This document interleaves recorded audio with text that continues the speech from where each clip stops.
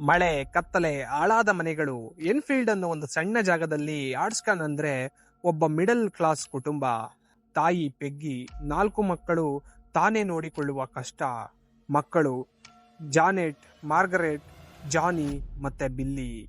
ಆದ್ರೆ ಈ ಮನೆಯ ಒಂದು ರಾತ್ರಿಯಿಂದ ಅಂಜಿಕೆಯ ಗಾಳಿ ನುಗ್ಗೋಕೆ ಶುರುವಾಗುತ್ತೆ. ಜಾನೆಟ್ ರಾತ್ರಿ ಮಲಗುವಾಗ ಕುರ್ಚಿ ಸಾಲು ಸಾಲು ಅಂತ ಜಾರೋ ಶಬ್ದ ಬರುತ್ತಿರುತ್ತೆ. ಅವಳು ಕಣ್ಣು ತೆರೆದಾಗ ಕೋಣೆಯ ಮೂಲೆ ಕತ್ತಲೆಯಾಗಿ ಅದರೊಳಗೆ ಯಾರೋ ನಿಂತಿರುವಂತೆ ಕಾಣುತ್ತದೆ. ಹೋಗು ಅಂತ ಒಬ್ಬ ಓಲ್ಡ್ ಮ್ಯಾನ್ ನ ವಾಯ್ಸ್ ಕೇಳಿಸುತ್ತೆ.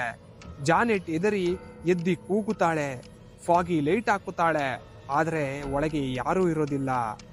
3 ದಿನಗಳಲ್ಲಿ ಟಿವಿ ತನಗ್ತಾನೆ ಆನ್ ಆಗೋದು, ಆಟಿಕೆ ಸಾಮಾನುಗಳು ತಾವೇ ತಿರುಗೋದು, ಡೋರ್ ಸ್ವತಃ ಬಾಗುವುದು, ಜಾನೆಟ್ ನಿದ್ರೆಯಲ್ಲಿ ನಡೀತಾ ಬೇರೆ ರೂಮ್ಗೆ ಹೋಗೋದು, ಈ ರೀತಿಯ ಘಟನೆಗಳು ನಡೀತಾ ಬರುತ್ತವೆ.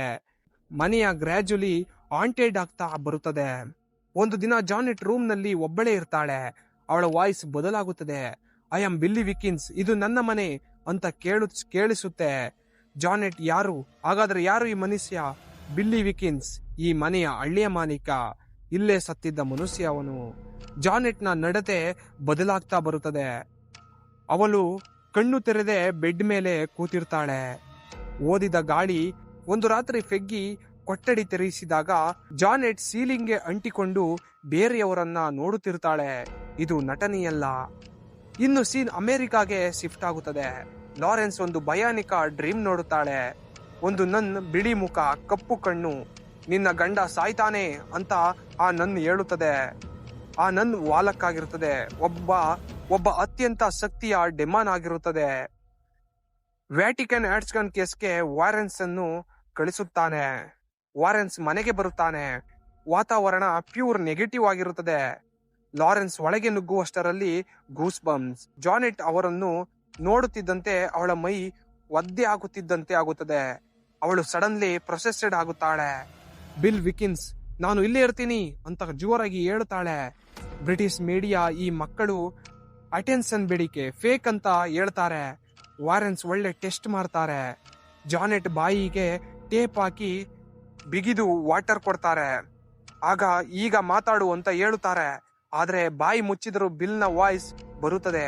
ಮಕ್ಕಳಿಗೆ ಅಷ್ಟು ವಾಯ್ಸ್ ಥ್ರೋ ಇಂಪಾಸಿಬಲ್. ಲಾರೆನ್ಸ್ಗೆ ರಿಯಲೈಸ್ ಆಗುತ್ತದೆ, ಬಿಲ್ ಆತ್ಮವಲ್ಲ, ಬಿಲ್ ಯಾರೋ ಇನ್ನೊಬ್ಬ ಬಳಸ್ತಿದ್ದಾರೆ ಅಂತ. ಅವನು ಪಪೆಟ್, ನಿಜವಾದ ಮಾಸ್ಟರ್ ವಾಲಕ್ ಆಗಿರುತ್ತಾನೆ. ಒಂದು ಬ್ಯುಸಿ ಡೇ. ಜಾನೆಟ್ ರೂಮ್ ನಲ್ಲಿ ಒಬ್ಬಳೇ ಕ್ಯಾಮರಾ ಇಡ್ತಾಳೆ. ಕ್ಯಾಮ್ರಾ ಶೋ ಆಗ್ತಾ ಇರ್ತದೆ. ಜಾನೆಟ್ ಬೆಡ್ ಮೇಲೆ ಇಲ್ಲ. ನೆಕ್ಸ್ಟ್ ಸೆಕೆಂಡ್ ವಿಂಡೋ ಜೋರಾಗಿ ಬಡಿದುಕೊಳ್ಳುತ್ತದೆ. ಜಾನೆಟ್ ಗಾಳಿಯಲ್ಲಿ ಆರ್ತಾ ವಿಂಡೋ ಹೊರಗೆ ಸುರಳಿ ಹೋಗೋ ಹಾಗೆ ಇರುತ್ತದೆ. ಈ ಸೀನ್ ನಿಜಕ್ಕೂ ಡಾಕ್ಯುಮೆಂಟೆಡ್ ಆಗಿತ್ತು. ಎಡ್ ಎಲ್ಲಾ ಬಿಲ್ ವಾಯ್ಸ್ ನ ರೆಕಾರ್ಡಿಂಗ್ ಒಂದಾಗಿಸಿ ಅನಾಲಿಸಿಸ್ ಮಾಡ್ತಾನೆ. ಆ ರೆಕಾರ್ಡಿಂಗ್ ಹಿನ್ನೆಲೆಯಲ್ಲಿ ತೊಡಗಿದ ಒಂದು ಮೆಸೇಜ್ ಇರುತ್ತದೆ. ಎಲ್ಪಸ್, ನಾವು ಸಿಕ್ಕಿ ಬಿದ್ದಿದ್ದೇವೆ ಅಂತ ಇರುತ್ತದೆ. ಇದು ಬಿಲ್ ನ ಅಳು ಆಗಿರುತ್ತದೆ. ಅವನಿಗೂ ಡಿಮಾನ್ ಟ್ರೀಟ್ಮೆಂಟ್ ಮಾಡ್ತಿತ್ತು. ಮಳೆ, ಗುಡಿಗು. ಮನೆ ಎಲೆಕ್ಟ್ರಿಕ್ ಸ್ಟ್ರಾಮ್ ಆಗಿ ಕದಡಿ ಹೋಗ್ತಿತ್ತು. ಬಾಗಿಲುಗಳು ಬಡಿಯುತ್ತವೆ. ಕ್ರಾಸಸ್ ಫಾಲ್ಸ್, ಫರ್ನಿಚರ್ಸ್ ಆರುತ್ತವೆ. ಎಡ್ ಒಳಗೆ ಟ್ರ್ಯಾಪ್ ಆಗಿ ಬಿಡ್ತಾನೆ. ಜಾನೆಟ್ ಡಿಮಾನ್ ನ ಕಂಟ್ರೋಲ್ ನಲ್ಲಿ ರೂಮ್ ವಿಂಡೋ ಕಡೆ ಎಳೆದೊಯ್ಯುತ್ತಾಳೆ. ಎಡ್ ವಿಂಡೋ ಹತ್ತಿರ ಹೊರಗೆ ಬ್ಯಾಲೆನ್ಸ್ ಮಾಡ್ಕೊಂಡಿರ್ತಾನೆ. ಭಾರಿ ಗಾಳಿ, ಮಿಂಚು. ಜಾನೆಟ್ ಕಿರುಚುತ್ತಾನೆ. ಎಡ್ ಅವಳ ಕೈ ಹಿಡಿತಾನೆ. ಜಾನೆಟ್, ಇದು ನಿನ್ನ ತಪ್ಪಲ್ಲ, ನಿನ್ನ ದೇಹ ನಿನ್ನ ನಿಯಂತ್ರಣದಲ್ಲಿ ಇಲ್ಲ, ನಿನ್ನನ್ನು ಹಿಡಿದಿರೋದು ದೆವ್ವ ಅಂತ ಹೇಳುತ್ತಾನೆ. ಲಾರೆನ್ ದೆವ್ವದ ಮೊರೆ ನಿಲ್ಲುತ್ತಾಳೆ. ವಾಲಕ್ ರನ್ನ ರೂಪದಲ್ಲಿ ಎದುರಾಗುತ್ತದೆ. ಲಾರೆನ್ಸ್ ಪ್ರಾರ್ಥನೆ ಮಾಡ್ತಾಳೆ. ಆದರೆ ಡಿಮಾನ್ ಕೋಪದಿಂದ ಹೊಡೆತ ಕೊಡ್ತದೆ. ಲಾರೆನ್ಸ್ ಸಡನ್ ಆಗ ಡಿಮಾನ್ ನ ಅಸ್ಲಿ ನೇಮ್ ನೆನಪಿಸಿಕೊಳ್ತಾಳೆ. ಅವಳಿಗೆ ಗೊತ್ತು, ಡಿಮಾನ್ ನ ಹೆಸರೇ ಅದರ ದುರ್ಬಲತೆ ಅಂತ.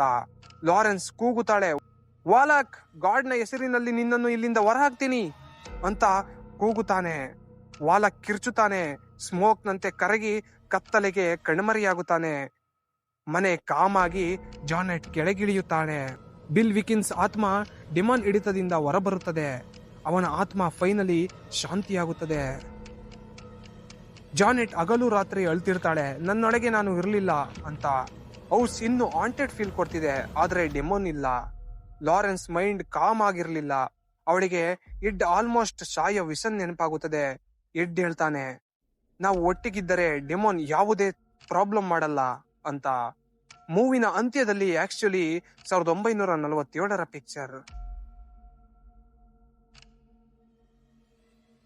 ಭೂತ ಅನ್ನೋದು ರೂಪ ಅಲ್ಲ, ಅದು ಆ ಮನೆಯೊಳಗಿರುವ ನೋವು. ಎನ್ಫೀಲ್ಡ್ ಮನೆ ಕೇವಲ ಆಂಟ್ ಅಲ್ಲ, ಒಬ್ಬ ಡಿಮಾನ್ ಮಾಡಿದ ಆಟ. ವಾರಕ್ಕೆ ತೆರಳಿದರೂ ಈ ಕೇಸ್ ಇಂದಿಗೂ ಜಗತ್ತಿನಲ್ಲಿ ಅತ್ಯಂತ ಎದುರಿಸುವ ನಿಜವಾದ ಘಟನೆ ಅಂತೆ ಆಗಿದೆ.